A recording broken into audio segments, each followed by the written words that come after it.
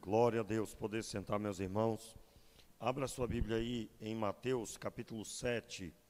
Mateus capítulo 7, nós vamos começar agora o capítulo 7, terminamos domingo à noite a leitura e a pregação sobre o texto do capítulo 6, verso 25 ao 34. Agora, finalmente, o capítulo 7, eu quero ler o verso 1 até o verso 5. O juízo pertence a Deus, é o título, na maioria das traduções. O juízo pertence a Deus. O verso 1, eu quero ler até o versículo 5. Meu irmão, que hoje você saia daqui sabendo o que é a necessidade que nós temos de observar os frutos de cada árvore para podermos nos posicionar, mas que você saiba muito bem o que é não julgueis para não ser julgado. Que no final dessa ministração você esteja mais fortalecido, edificado no entendimento da Escritura Sagrada. Amém, queridos? Vamos ler a palavra, versículo 1 até o verso 5. Não julgueis para que não sejais julgados, pois com o juízo com que julgardes, sereis julgados. E com a medida com que tiverdes medido, vos medirão a vós. Por que reparas o cisco que está no olho do teu irmão, mas não percebes a trave que está no teu? Ou como dirás o teu irmão, deixa-me tirar... Como dirás a teu irmão, deixa-me tirar o cisco do teu olho, estando uma trave no teu? Hipócrita, vamos ler juntos? Hipócrita, tira primeiro a trave do teu olho, e então verás claramente para tirar o cisco do olho do teu irmão. Mais uma vez, o versículo 5.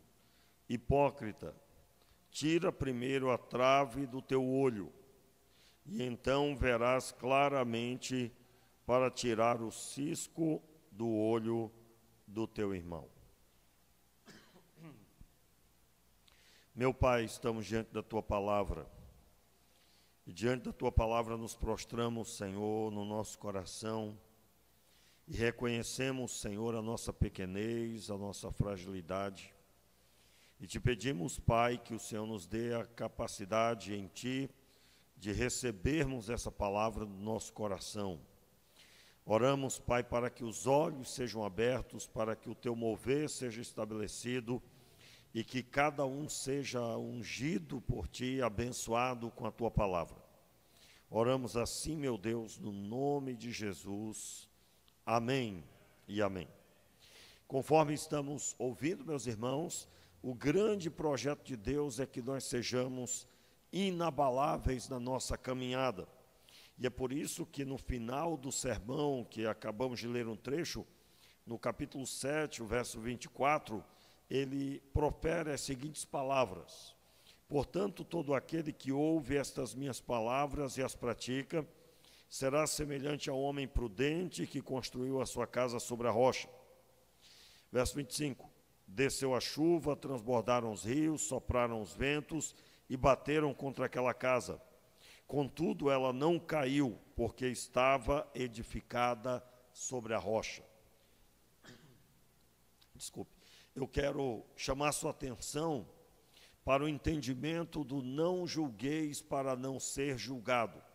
Por causa da falta de entendimento sobre esse texto, muitas pessoas estão frágeis diante da adversidade, não conseguem transpor as barreiras, qualquer vento as derruba.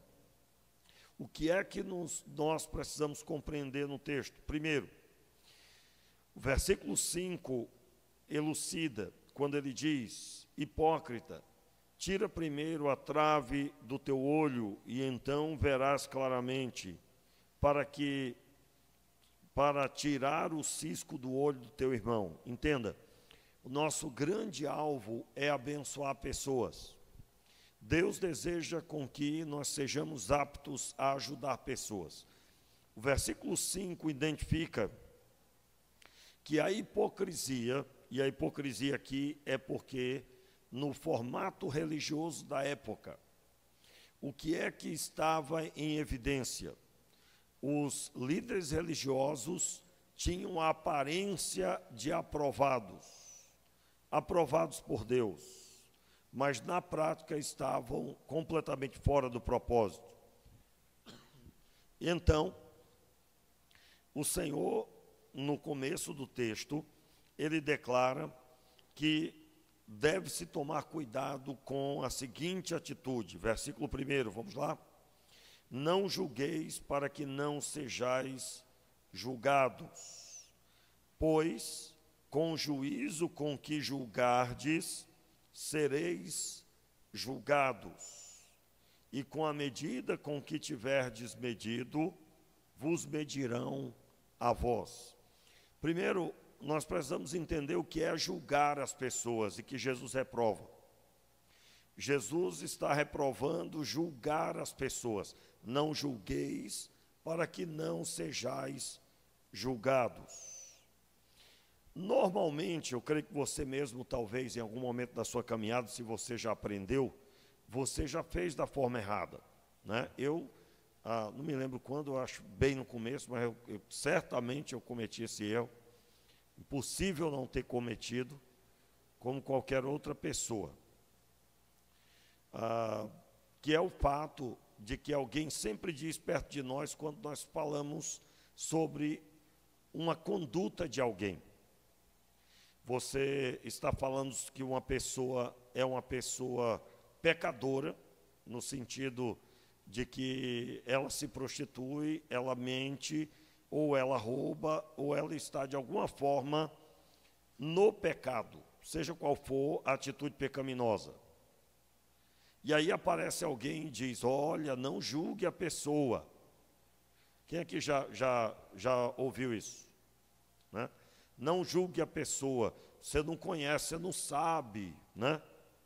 Vamos observar que o próprio Jesus disse para que nós tivéssemos essa postura. Não está errado observarmos quem está se aproximando de nós e a sua conduta. Quem anda com os nossos filhos e a sua conduta, não está errado.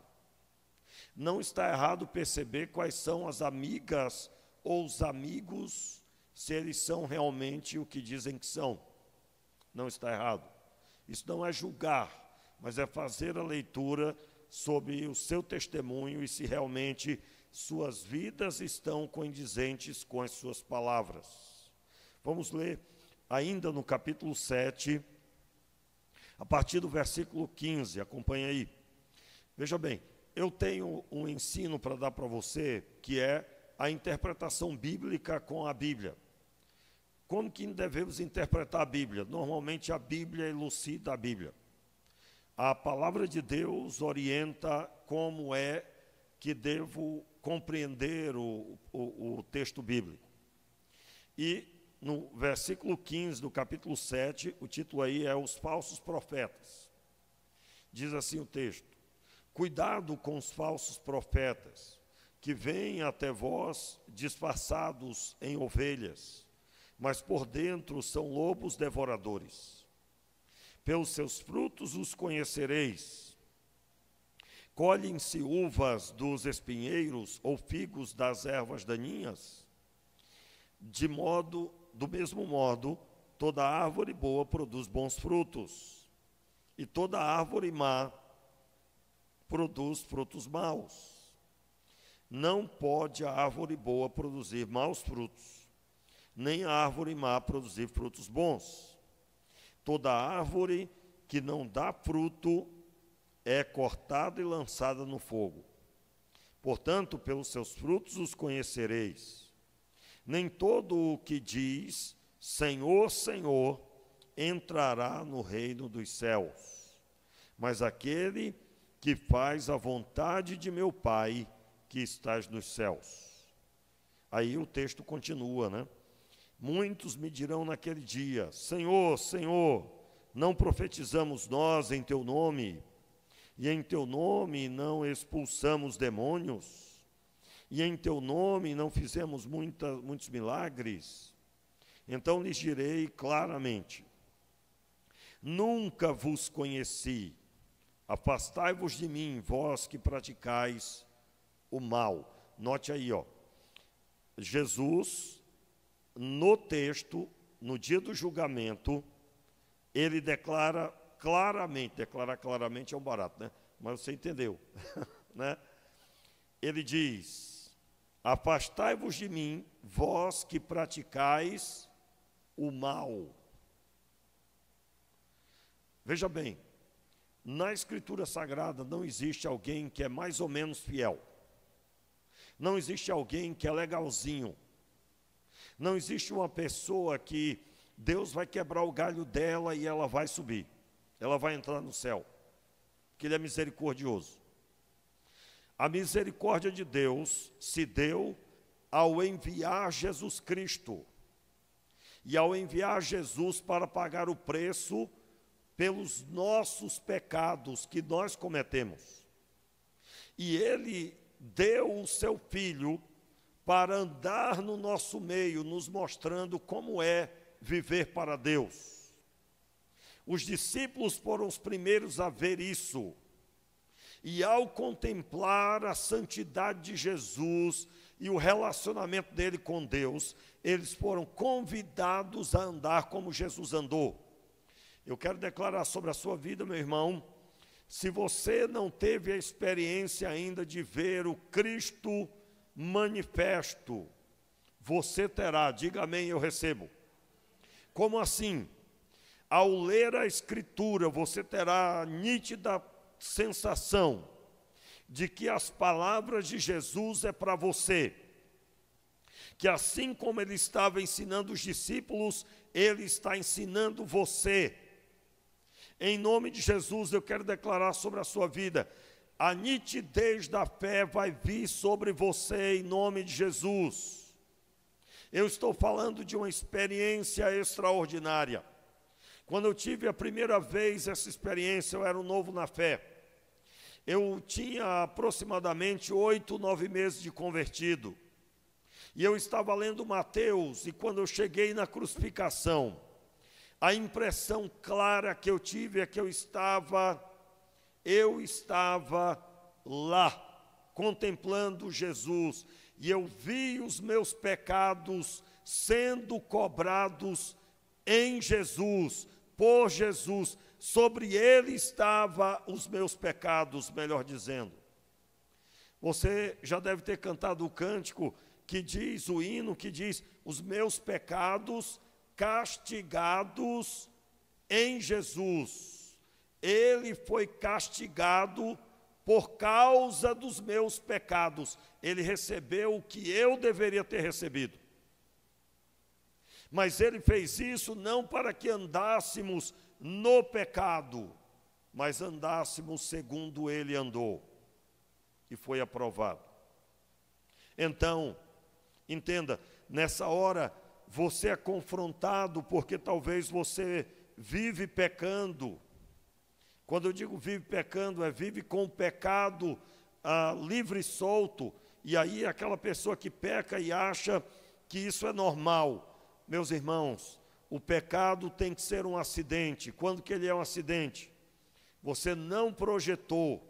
Mas se você tem projetado o pecado, você está andando em pecado. O pecado está sendo uma conduta. Como que ele se torna um acidente? Quando você está andando perdoado, abençoado, você já consertou a sua vida e você está firme no propósito de ser um discípulo de Jesus. Essa deve ser a nossa conduta. A pessoa que vive de qualquer jeito, descompromissada, ela vive pecando.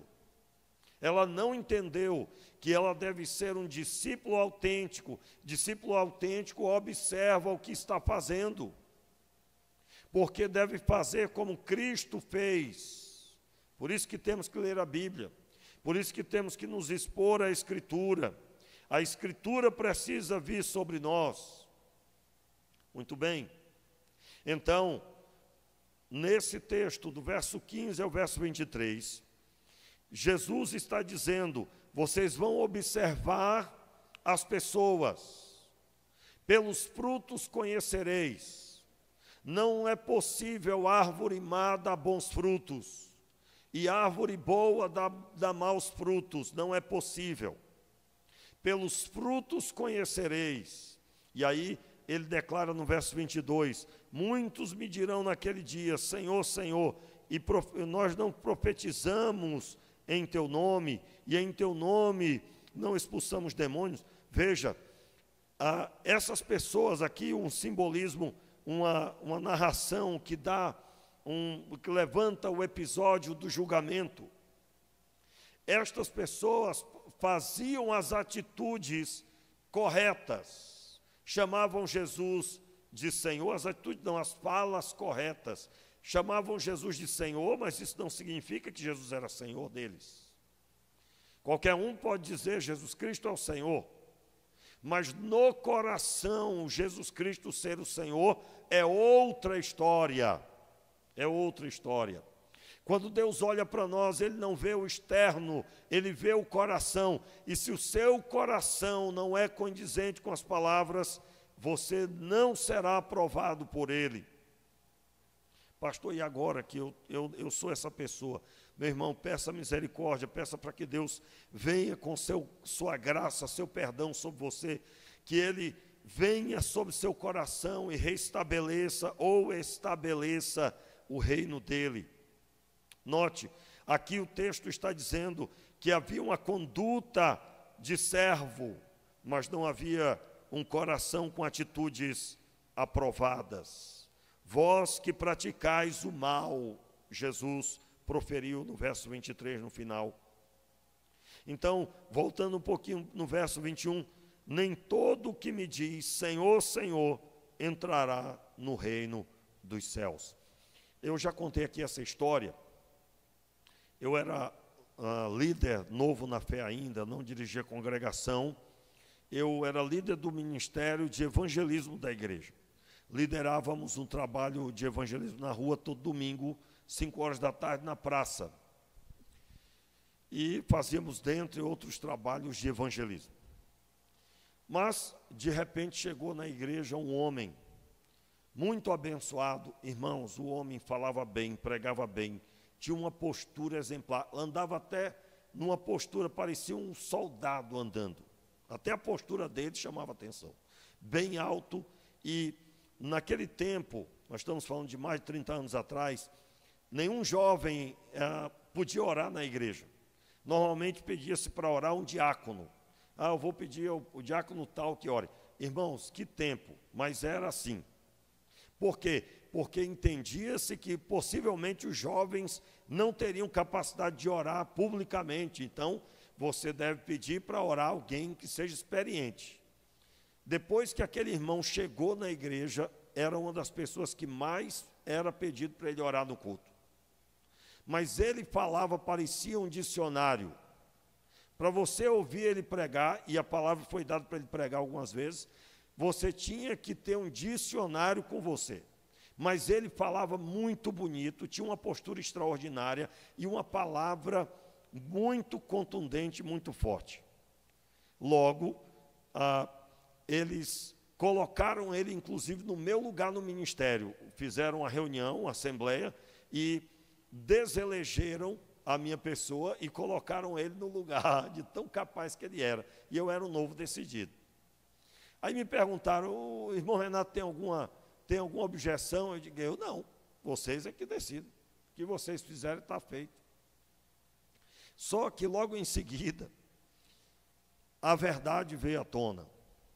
Ele dava uns empurrão na esposa, irmãos, para falar bonito aqui, né? Dava uns empurrão que o rosto dela ficava de cor diferente depois desses empurrões. E aí a igreja estava sem pastor na época. O vice-presidente então foi até lá tentar elucidar, quase ficava com o rosto diferente também, porque ele quis empurrar o vice-presidente também, irmãos. Rapaz, eu estou superando todas as possibilidades de falar bonito aqui, né? Foi. Aí, eu me lembro até hoje, na reunião de diretoria, as pessoas envergonhadas porque eles tinham observado o externo, o exterior. E o exterior era muito bonito. Aquele homem batia na esposa, irmãos. Em casa, ele era uma pessoa completamente avesso. E, por incrível que pareça, ninguém notou que ele só vinha para a igreja sozinho, nunca com a esposa. Nunca com a esposa. E agora, a diretoria envergonhada perguntou se eu poderia continuar no ministério que eu tinha sido retirado para colocar aquele homem. E é claro que eu aceitei. E é claro que eu aceitei. Meus irmãos, nem todo aquele que diz Senhor, Senhor, entrará no reino dos céus. E eu quero dizer para você que você deve prestar atenção em quem você atribui que é servo de Deus. Quais são as pessoas que você está ouvindo na internet? Quem são os pregadores que você ouve? Quem são as pessoas que você atribui que são servos de Deus? Por quê? Porque exatamente a Escritura vai dizer que nós temos que tomar cuidado com quem nós andamos. O texto de Provérbios dá orientação que não se deve andar com quem bebe demais e com quem dorme demais. Em resumo, o texto está falando sobre pessoas que só querem curtir a vida. Dorme demais porque extrapolou do festejo. Bebe demais, portanto, não trabalha, porque a pessoa que bebe demais termina não conseguindo trabalhar adequadamente. O texto de Provérbios declara isso muito forte. Então, em momento algum você estará errado se você observar se as pessoas que estão ao seu redor, talvez dizendo que são santos homens de Deus, santas mulheres de Deus, não está errado em hipótese alguma se você observar que, na verdade, a árvore é boa, mas o fruto é mau. E isso se dá quando você olhar, você, na verdade, descobrirá que a árvore aparentemente boa, na verdade, é uma árvore má, com frutos maus. Frutos podres. Portanto, devemos tomar cuidado aos pais. Eu sempre recomendo, observe quem é que seus filhos são amigos, quais são os amigos dos seus filhos, das suas filhas, como que os seus filhos estão andando e com quem. Quem deve zelar por isso são os pais. Você não pode soltar os seus filhos por aí sem se preocupar com eles. Ah, pastor, eu tenho orado, eu sei que Deus vai guardar. Meus irmãos, Deus colocou você para cuidar dos seus filhos. Ele não fará o que você tem que fazer. Aliás, conta uma história de um pastor que disse para o outro pastor assim: olha, eu não me preocupo se eu morrer, porque eu sei que Deus vai cuidar da minha família. Aquele outro pastor corrigiu e disse: olha, pode parar com isso, porque Deus colocou você para cuidar da sua família. Quem vai cuidar dos filhos são os pais. Quem vai cuidar do casamento é quem casou. Deus não descerá na sua casa e fará a sua comida. Ele não vai limpar a casa. Ele não vai andar com seus filhos no sentido de aconselhá-los. Ele colocou você para aconselhar os seus filhos. A responsabilidade é sua. Aliás, em toda a minha análise sobre filhos que estão desviados, a maioria dos que eu encontrei, os filhos desviados, isso no passado, né? Hoje em dia eu não posso dizer do mesmo jeito, estou falando sobre coisas que eu vi no decorrer do tempo. Eram pessoas que levavam os filhos para a igreja, mas nunca sentaram com os filhos para ensinar a Bíblia. nunca leram a Bíblia toda com os filhos, por exemplo. Nunca se preocuparam de ensinar o texto bíblico. E quem tem que ensinar é pai e mãe. Eu sou do tempo, há 30 anos atrás, era muito forte isso. A pessoa dizia que estava criando os filhos no caminho do Senhor, e você ia procurar saber, era o fato de trazer para a igreja, era considerado ensinar o filho o caminho do Senhor. Eu quero deixar claro, irmãos, a igreja é apoio, não é base. Base é a família. Cristo em nós, esperança da glória. Cristo na vida do pai, na vida da mãe, e aí, através deles, na vida dos filhos. Quantos estão entendendo o que eu estou dizendo? Diga amém. Aí alguém pode ficar em crise. Pastor, o senhor está diminuindo a igreja é uma bênção. Sim, meu irmão, mas é sobre o lar que deve haver a declaração: eu e minha casa serviremos ao Senhor. E aí essa família, somada à igreja, é que caminha para a glória do Pai. Retornando agora para o texto de capítulo 7, verso 1. Não julgueis para que não sejais julgados, pois com o juízo com que julgardes sereis julgados, e com a medida com que tiverdes medido, vos medirão a vós. Observe aí, com a medida com que tiverdes medido, vos medirão a vós. Porque reparas o cisco que está no olho do teu irmão, mas não percebes a trave que está no teu? Muito bem. Agora, caminhe um pouquinho mais à frente no texto de Mateus, agora capítulo 18. Capítulo 18 de Mateus, mais uma vez, vamos interpretar a Bíblia com a Bíblia. Capítulo 18, a partir do verso 23. Quem encontrou, diga amém. Vamos observar na prática alguém que foi julgado, foi absolvido e depois julgou e sentenciou. Deveria também ter perdoado, mas sentenciou. E aqui nós vamos interpretar o texto. Vamos lá? Versículo 23. Por isso, o reino dos céus pode ser comparado a certo rei que quis acertar contas com os seus servos. E começando a fazê-lo, trouxeram-lhe um que lhe devia 10.000 talentos. Não tendo ele com que pagar, o seu senhor mandou que ele, sua mulher e seus filhos fossem vendidos com tudo o que tinham, para que a dívida fosse paga. Note, aqui tem um julgamento, ok? Julgamento do quê? De uma dívida. A dívida foi analisada e foi dado a orientação, o veredito, de que para pagar aquela dívida tinha que vender a pessoa, a esposa, os filhos e tudo o que tinha. Note, verso 26. Então, vamos repetir juntos. Então, aquele servo, prostrando-se, implorava, dizendo: Senhor, seja generoso para comigo e tudo te pagarei.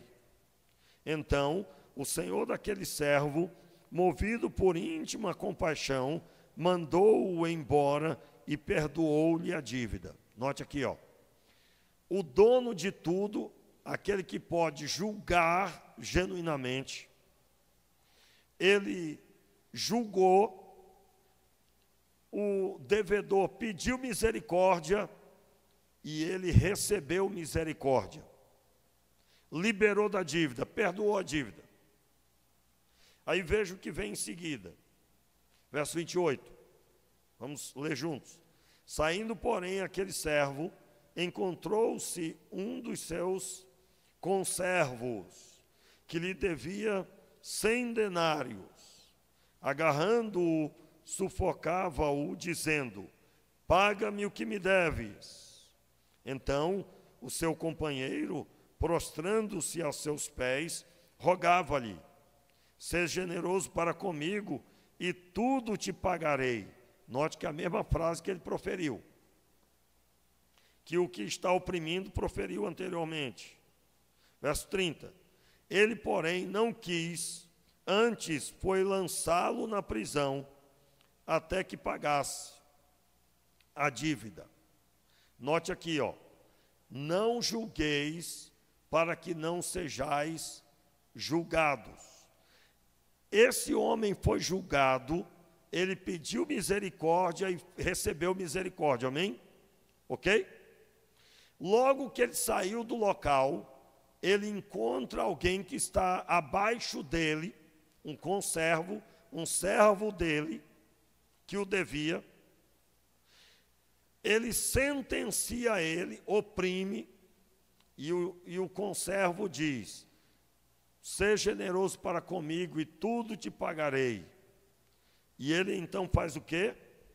Ele, porém, não quis, antes foi lançá-lo na prisão até que pagasse a dívida. O que ele fez? Sentenciou a prisão. Vai ficar preso até pagar.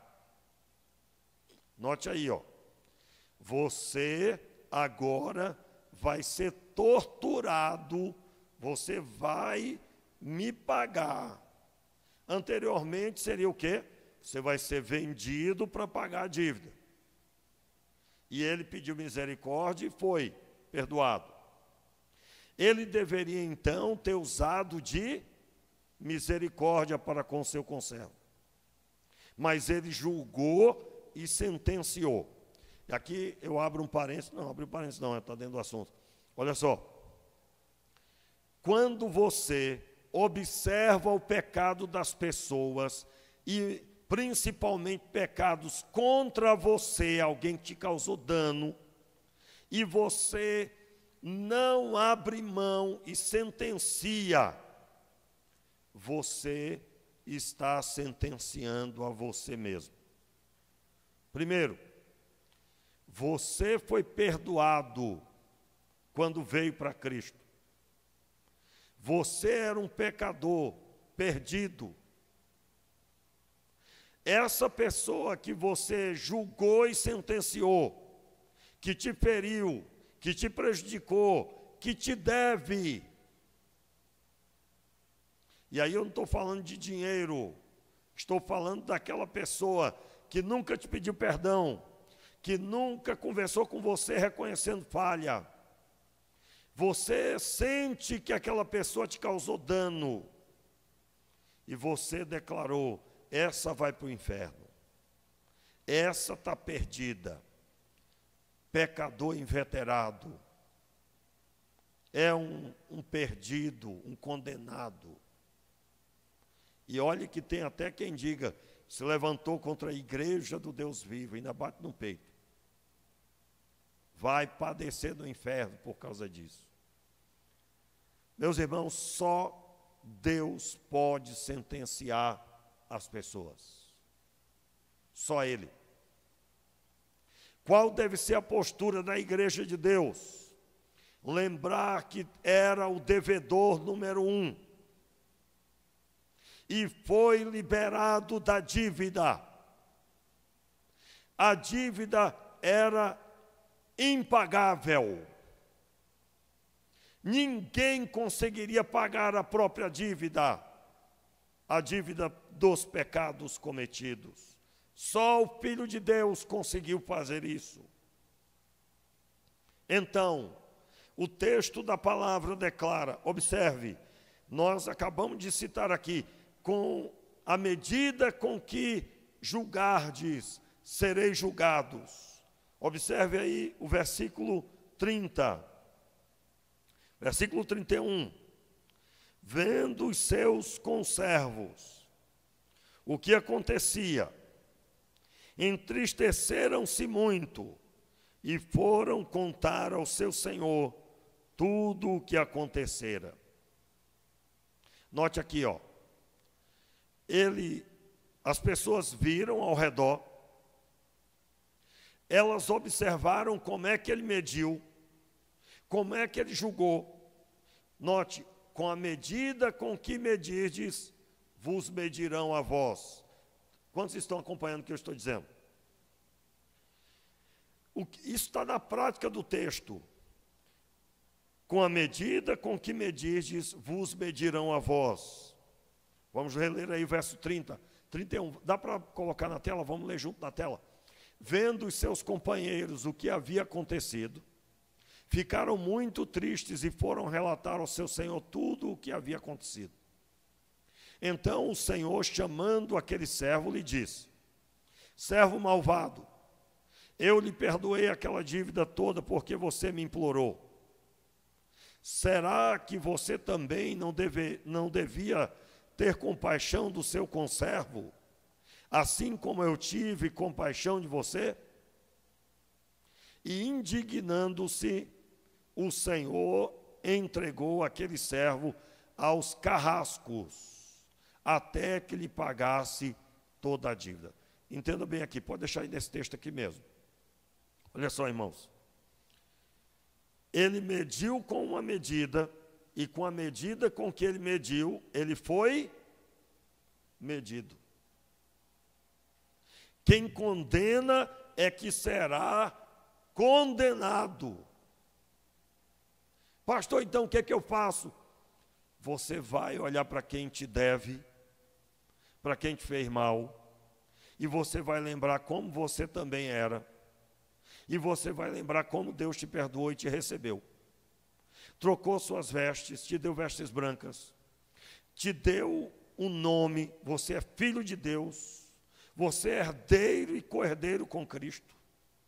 Você recebeu um novo nome, você é povo do Deus vivo, você é o embaixador do Senhor. E você vai ver como Deus te recebeu. Você não prestava, você não valia nada, nós não prestávamos, não enxergávamos, estávamos em trevas, e Ele nos perdoou a dívida. É com essa medida que nós vamos medir as pessoas. É verdade que fulano só faz o mal, mas que Deus tenha misericórdia como teve de mim, que Deus salve como fez comigo, que Deus converta como converteu a mim. É verdade que ele continua a me prejudicar, mas que o Senhor Deus tenha misericórdia como teve de mim. Por quê? Porque eu era um pecador, merecia a morte, Ele me deu a vida. Meus irmãos, todo esse ódio que nós não, eu creio que você está vacinado, você não tem. Mas aqueles cânticos de ódio cristão, não tem um cântico de ódio? Tem ou não tem, irmãos? Tem. É o tal de Sabor de Mel. Aquela música está impregnada com ódio cristão. Não existe ódio cristão, estou só tentando explicar, né? Como assim ódio cristão? Porque sempre tem aquela que Deus vai envergonhar quem me envergonhou. Meu irmão, você estava envergonhado dos seus pecados e Ele te recebeu para estar com Ele. O que você era pior ou melhor do que aqueles que te oprimem? Nunca, jamais. Não existe ninguém melhor do que ninguém na terra. Todo pecador está perdido do mesmo jeito. Você não é melhor do que ninguém, eu não sou melhor do que ninguém. Deus não ama mais a gente porque estamos aqui e odeia os pecadores porque estão lá fora. Não, não, não, não. Deus amou o mundo de tal maneira. Deus amou quando éramos pecadores. Portanto, nós vamos medir com a medida que fomos medidos. Ele nos recebeu e nós não merecíamos. Nós também vamos abençoar, mesmo sem merecimento aparente. Então, você quer ficar firme na fé? Voltando aí para encerrar, capítulo 7. Você quer ficar firme? Você quer ser inabalável? Você olha para o seu coração e observa se você não está esperando o mal contra alguém. Pastor, mas a pessoa trata mal a mãe, trata mal o pai. Meu irmão, é Deus que vai tomar de conta e que tomar a providência. Você vai encontrar muita gente que xingava a mãe e se converteu. Não existe esse negócio, não, eu estou esperando, pastor, porque eu sei que Deus é justo. E vai mandar, nem que seja um raio para ele ficar aleijado. Pode largar isso de fora. Pode se converter, meu filho. Sai fora disso. Não é você que comanda o raio. Você não vai sentar e assistir, aparentemente assistir, o que você acha que Deus vai fazer para punir alguém. Aliás, no texto de Eclesiastes, agora me falhou a memória, eu acho que é Provérbios, está escrito na linguagem de hoje assim: não se alegre quando Deus punir o seu inimigo, porque Deus pode observar o que você está fazendo e parar de puni-lo. Quem toma a decisão de quem vai ser salvo ou vai ser sentenciado é Deus, o Senhor, não somos nós.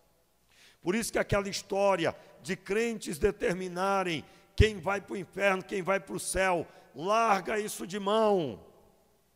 Enquanto houver vida, há liberdade para a salvação. Eu vou tirar minha visão de pensar quem vai ser sentenciado à morte e quem vai ser sentenciado à vida que seja. E vou investir o meu tempo orando e pregando a palavra de Deus, que é a parte que me cabe. Diga amém, meu irmão, eu recebo. A parte que me cabe é viver a fé, pregar o evangelho e a todas as pessoas declarar que eu fui recebido e não merecia. Nós não vamos andar diferente do Cristo. Nós não seremos hipócritas. Não. Mas nós vamos agir conforme o Senhor nos recebeu. Fique de pé no seu lugar. Vamos orar. E eu quero pedir que o Senhor Deus abençoe você de forma tal que você seja tão abençoado que você vai orar pelos que te perseguem, vai orar por aqueles que são seus inimigos e você vai abençoar a vida deles. Amém, meu irmão? Vamos orar. Meu Pai, tenha misericórdia de nós. Nós te pedimos, Pai, a tua bênção sobre todos aqueles que têm nos incomodado com seus pecados, muitas vezes nos ferindo, atingindo, defamando, falando mal. Sim, Senhor, te pedimos, tem misericórdia desta pessoa. Abençoe ele com salvação, com conversão, porque, meu Pai, eu me lembro que eu também era assim. E o Senhor me perdoou, e o Senhor me recebeu, o Senhor me deu um novo nome, o Senhor me restaurou a vida, o Senhor me ressuscitou com Cristo. Sim, Pai, eu me lembro como o Senhor me deu o seu Espírito Santo para habitar em mim, Senhor, e eu não era merecedor, nunca fomos merecedores, é obra da graça e da misericórdia de Deus em Cristo Jesus. Sim, Pai, muito obrigado, Senhor, por tudo que o Senhor fez e está fazendo. E nós queremos declarar, Pai, sobre essa cidade, sobre esse bairro, sobre, Senhor, todo lugar que nós plantarmos a planta dos nossos pés. Nós queremos abençoar e declarar salvação, Senhor, em nome de Jesus. Amém e amém. E agora que o amor de Deus